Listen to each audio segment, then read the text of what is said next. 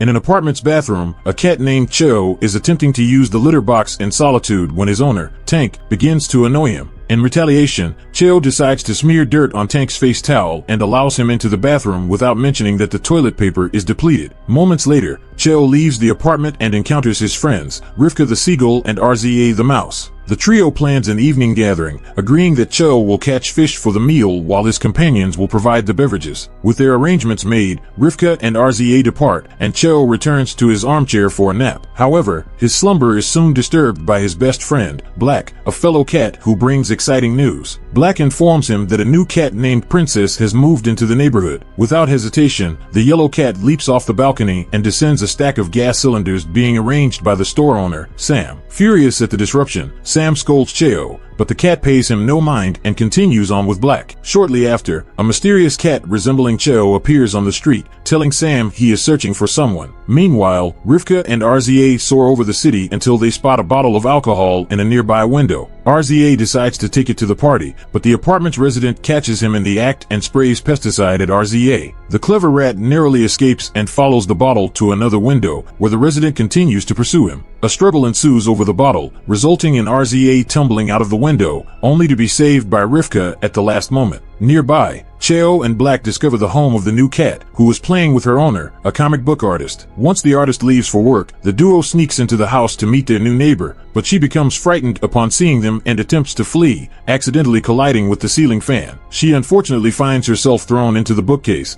and as she tumbles, she accidentally knocks over the lamp, resulting in her electrocution. In the midst of this turmoil, the two companions are at a loss for what to do, and to complicate things further, the designer has left his cell phone at home and is about to enter the room. Cho and Black quickly take refuge in the bathroom. Moments later, the designer walks in and discovers his cherished cat lying lifeless on the floor. Consumed by anger, he hears a sound coming from the kitchen and, armed with a pair of scissors, makes his way there. He encounters the two black cats. One attempts to explain, but the designer's fury leads him to hurl the scissors at the cat, resulting in its immediate demise. This provokes Shuro, who leaps at the designer and begins to claw at him fiercely. The designer tries to fend off the attack, but during the scuffle, they both tumble out of the apartment window. Thanks to his natural agility, Shuro lands safely, but the designer is not as fortunate, crashing to the ground and becoming yet another casualty of this strange day. Shortly after, Shuro returns home, still shaken by the events, but the store owner calls him in for a discussion. He claims to have a surprise for the elderly cat and introduces Tako, who is revealed to be his son. Tako is thrilled to meet his father for the first time, but Shuro reacts harshly, outright rejecting him and returning home. On his way back, Shuro breaks into the residence of Tank's aunt, an elderly woman who also owns the property, and steals fish from her refrigerator to bring to the party. Upon arriving home, he discovers Rivka and RZA on the balcony and becomes irritated with them for not providing him a drink. He then searches for a bottle in his fridge, unaware that Tako has stealthily followed him inside. Shuro's frustration escalates when he finds the fridge empty and goes to confront his owner about it. During their argument, he slams the bedroom door, accidentally knocking a doll onto Tank's cello, which visibly unsettles Tank. The tension heightens when the old lady arrives to confront Tank about Shuro's theft, warning him that he has just one more day to remove the cat or she will involve the police to have him evicted. Shuro disregards their discussion and heads back to the balcony, where he sees his friends enjoying themselves with Tako. The young cat attempts once more to gain his father's approval, but Shuro rebuffs him again, telling him to go away. Feeling hurt, Tako departs, and Shuro thinks he has resolved one issue, only to face another when Tank storms in, wielding a hammer. But instead of attacking the cat, he locks all the doors, windows, and openings in the apartment and warns Shuro that he is no longer welcome there. Now a street animal and without his friends, Shuro decides to chase after a beautiful cat to get his mind off his sorrows. Ironically, he sees a white cat in an alley being chased by two dogs. She runs to the roof of a building, but the dogs surround her and threaten to attack. Seeing that this is the perfect opportunity to win her over, Shuro intervenes and punches one of the dogs, which is thrown toward the wall. Despite this, the dog doesn't shy away and starts teasing the cat, calling it insane. This puts Shuro off, and without hesitation, he leaps at the dog with his sharp claws. At the same time, inside an ambulance, two nurses are inspecting the designer's body. Because of the fall, his brain has been separated from his skull, but for some reason, his body still seems to be alive. One of the nurses then tries to revive him with the defibrillator,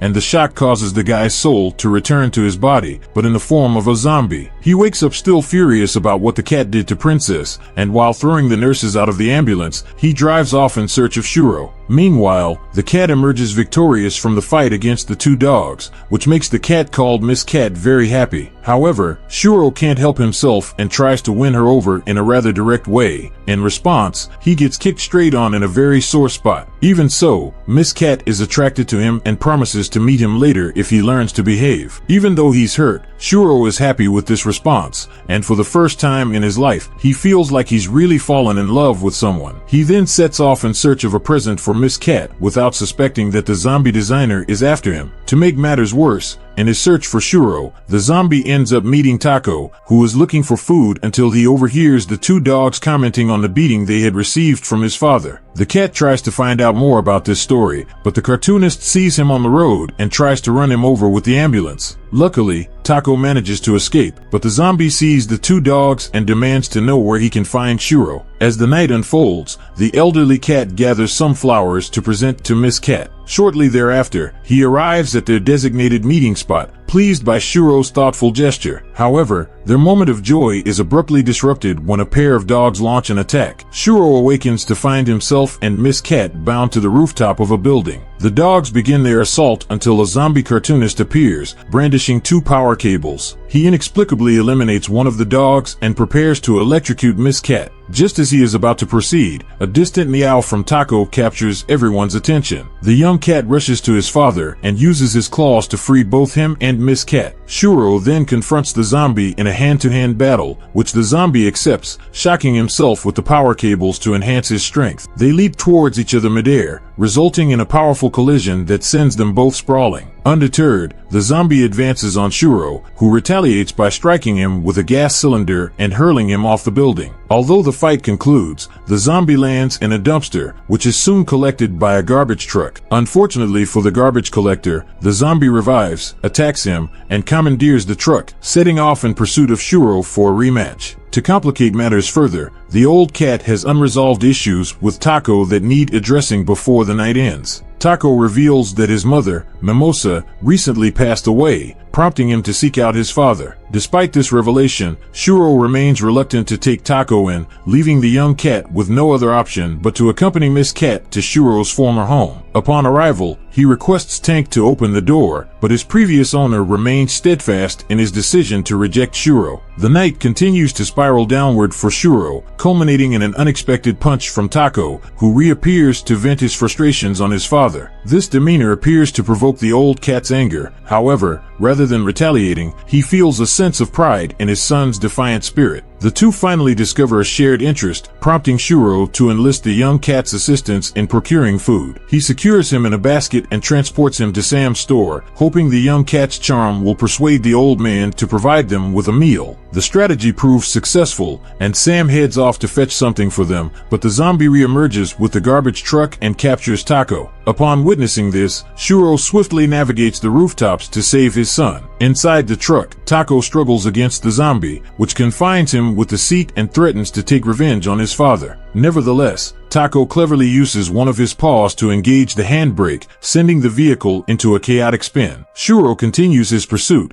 but lacking speed, he leaps onto a motorcyclist, compelling him to chase the truck. The pursuit intensifies, with Shuro managing to leap onto the truck and reach the cab window to rescue Tako. Tako successfully escapes the truck, but the vehicle veers off the road and plunges into the water, with Shuro falling in alongside the zombie. The two engage in combat once more, with the zombie attempting to overpower him by submerging him. After a strenuous struggle, Shuro successfully breaks free. Spotting a glass bottle in the water, he strikes it against the creature's throat and forcefully kicks it down to the ocean floor. Shuro then escapes the water and reunites with Tako, who is overjoyed to see his father safe and embraces him warmly. Meanwhile, at Tank's residence, Miss Cat awaits Shuro's return, but the elderly woman reappears and sends her away. Moments later, Shuro and Tako arrive back at the apartment, only to be informed by Tank's aunt that she has driven the cat off and surrounded the apartment with barbed wire. At the same time, a crowd gathers at the site where the garbage truck sank, watching as a crane attempts to retrieve the vehicle. Instead, it lifts the zombie designer, and just as it is about to drop him, the crane collides with a power pole. This causes a powerful electrical surge that reanimates the zombie and allows it to absorb energy from the entire city. Unaware that the threat still looms, Shuro sets out to find Mrs. Cat, but first needs to grab a bite to eat. Suddenly, Rivka and RZA reappear, and since they are also hungry, they decide to join forces with Shuro to search for food. RZA proposes a bold plan to break into a bank and steal the money from the vault. Shuro agrees, and along with Taco and Rivka, they make their way to the town's bank. Nearby, 2 police officers have apprehended the rampaging zombie and are placing it in their vehicle. At that moment, Shuro and his friends initiate their heist, with RZA managing to sneak into the bank through the restroom. The rat successfully pushes open the bathroom door but is spotted by the bank security guard, who, terrified of the rat, attempts to climb onto a chair and ends up tumbling headfirst to the ground. RZA successfully retrieves the keys from the unconscious guard,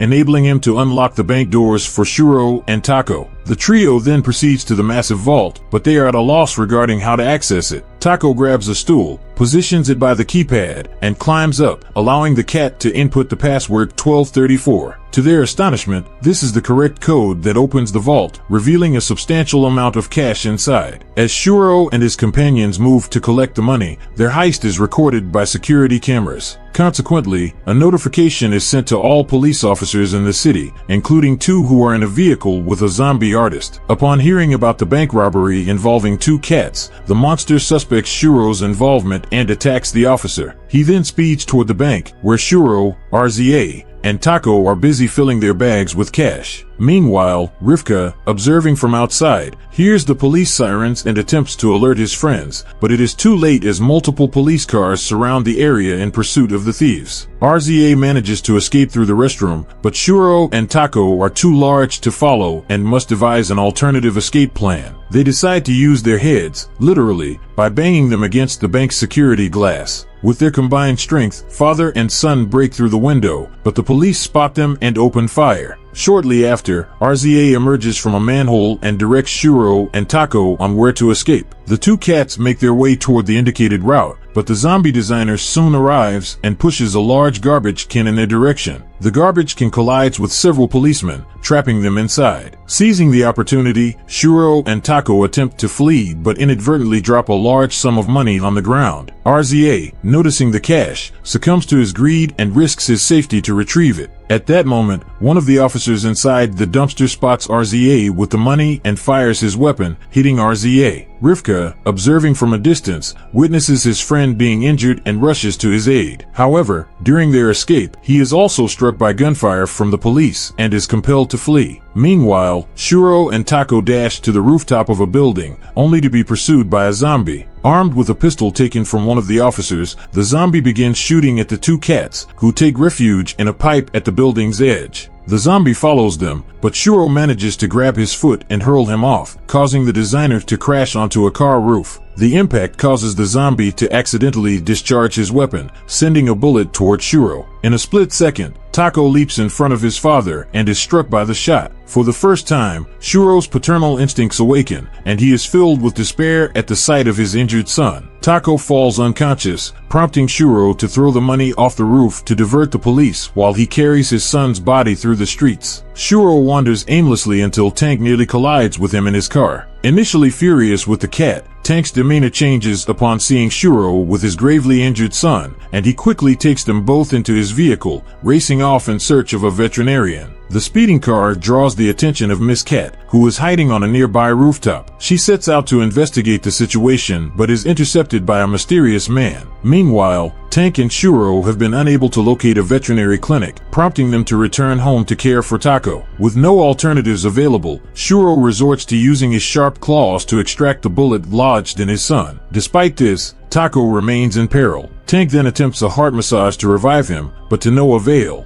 In a moment of desperation, Shuro channels all his strength into delivering a powerful blow to Tako's heart, which finally elicits a response. Moments later, Rivka and Reza, who also managed to escape the police confrontation, arrive at Tank's house and find him and Shuro together with Tako. The cat has survived, but the mouse is disheartened to learn that Shuro has discarded all the money. Fortunately, Rivka was able to salvage one of the stacks from the bags, providing them with enough funds to enjoy life. However, Tank soon arrives, taking not only the money but also the rent and damages incurred by Shuro. Ultimately, only one bill remains, and she inquires about their plans for it. Shuro and Tank, as anticipated, utilize the funds to host the long-awaited party that Shuro and his friends had envisioned. Tank assembles all of Shuro's companions, along with his aunt and Sam, the store owner, for a delightful feast on the balcony of the apartment. Tako, having finally healed from his injuries, relishes the food in the company of his father. While everything appears to conclude on a positive note, Shuro remains disheartened by his separation from Miss Cat. However, he soon encounters her again, albeit in a troubling predicament. The cat is found bound amidst several gas cylinders, being hoisted into the air by the vengeful zombie cartoonist, who is intent on retaliating against Shuro. Unable to endure the monster's assaults any longer, the cat charges at him, igniting a fierce battle. Tank joins the conflict, seizing the zombie's foot and slamming it to the ground repeatedly. Although the zombie is exhausted, Tank's fury is not yet quelled, and he hurls the creature into a garbage can along with the gas cylinders. In a final act, Shuro ignites a spark in the garbage can, resulting in an explosion that reduces the zombie to dust. With the battle concluded, Shuro successfully rescues his beloved from peril. As a gesture of gratitude, Miss Cat accepts Shuro's invitation for a romantic evening, and the two delight in a night of exploration across the city's rooftops. Subscribe to watch more videos like this, leave a comment about your favorite movie, and we will make it next. Thanks for watching.